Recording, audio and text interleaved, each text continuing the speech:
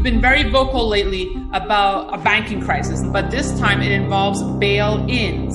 Tell us about it. The bail-ins really bother me because after the last bailout, there's legislation passed in the Senate and House that it's illegal to do bailouts, which means bail-ins. And that's kind of gnawed at me for some time. So I started looking at the very basics, the fundamentals. And one of the main fundamentals is what is money. And of course, there's theories about money. It's commodity money, which, most viewers are most familiar with, gold and silver, ancient times, voted by the people. And then there's legal money, which is money's anything that we say it is, or money's anything that the government edicts or fiats. That's money. And then there's others. But the one that really hasn't got much recognition is the ownership theory of money. And the ownership theory of money resonates with almost everybody, which means if you can't touch it, you don't own it. Very common sense, very logical. But we've never really applied that to the fiat system. So I started thinking about it more and more. And I really kind of had, I wouldn't say an epiphany, but something that really provoked me to ask if we could explore this. The idea that you have money in the bank, everyone takes for granted, but they don't read the fine print to realize they're an unsecured creditor. I'm talking about the United States now. An unsecured creditor to the bank, and it's really the bank's money, believe it or not. And what that means in a banking crisis, and let's say that there is a bail-in, then they have the right legally to take what you consider to be your money. So there's two thoughts on this. Number one is the ownership theory of money is you take out physical currency from your bank account, and you could do it in any way that's best for you. In other words, you don't have to withdraw your entire bank account in cash, but I would certainly consider owning some cash for a lot of various reasons, electronic failure, cyber attack, bank closure, terrorist acts, who knows? I look more toward electrical problems with the grid, perhaps, or cyber attack is the main two that concern me. And the other part is if you have a large sum in the bank, one of the easiest ways to move money, quote unquote money, is to move it via a check or a wire and take X amount from your account and move it into physical metal. And that's what a lot of savvy people have done over the years. Look, I need some protection. I need some what we call monetary insurance, some wealth protection.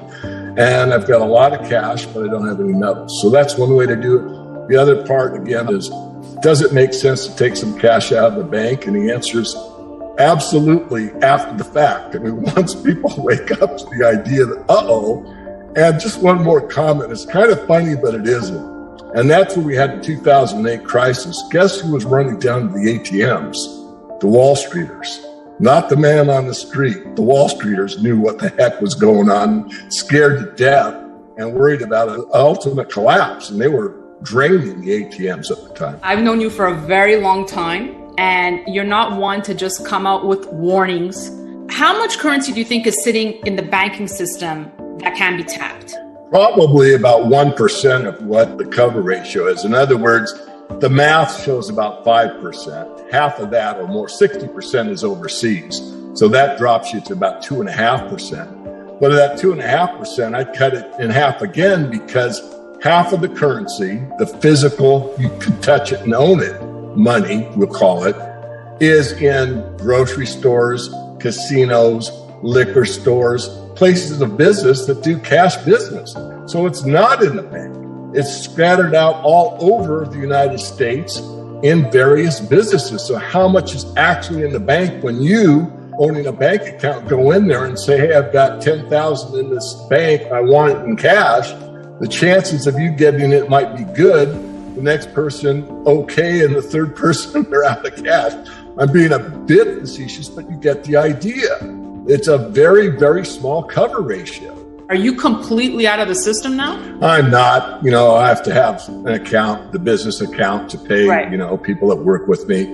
So not completely out. No, I think there's really two methods here that most people are familiar with. One is the traditional privately held money, gold and silver. And the other, of course, it's been at the forefront for some time now, and that's the crypto world. So between the crypto world and gold and silver, there are a lot of people that have opted out. I mean, I don't know Michael Saylor personally, but obviously a smart guy and the guy that is pretty much on the Bitcoin baptized system, which is a way to take large sums of money outside of the system and secure it. And more people, again, are waking up. I'm not as favorable to the crypto world as some.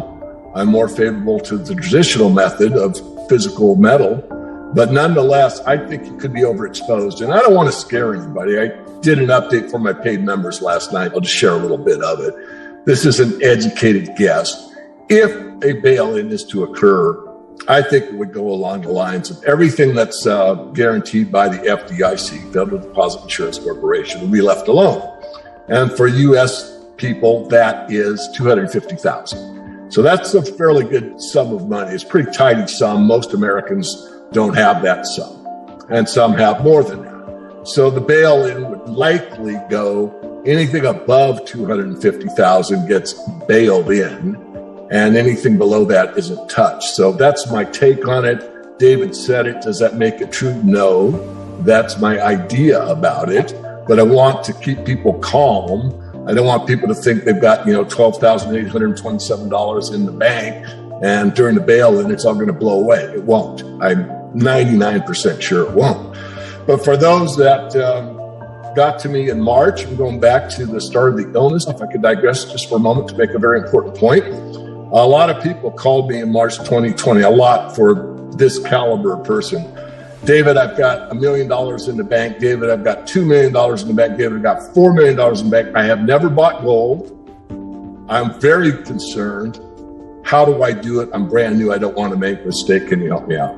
Never had that quantity of people in that position during 1 month period in my life call me up and say, I'm really concerned about how much money I have in the bank. I want to do something about it. Can you help me? That said, when you say it's not that your money will just disappear, I guess when you're talking about a bail-in, when I first heard about your reservations, is that you just won't have access to your cash. Is it frozen in this scenario for you?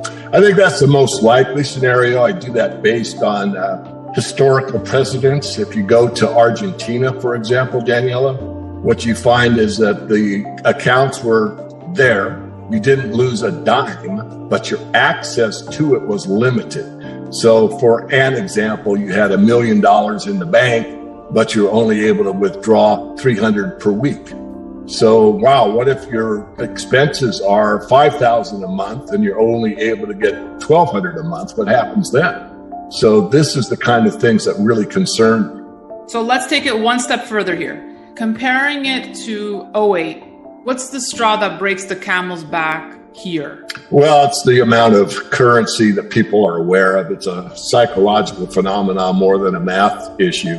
But with the reverse repo being in like the $1 trillion range, having to suck money in and out of the system every night, the amount that the government of the United States and others that are following that are inflating at an unbelievably unprecedented rate, and still the U.S. remaining pretty much the strongest currency and the most trusted. It's when the trust and confidence in that breaks, and it's breaking as we speak, is when you're going to see these problems. And one of the solutions that is at law is a bail-in. Whether or not it will take place or not, I do not know. What I do know is it's my duty, my moral obligation to warn people how I see it, and whether they agree with me or not, that's their choice. Why are you more concerned now than 2 years ago? Feedback, paying attention to what's called sentiment.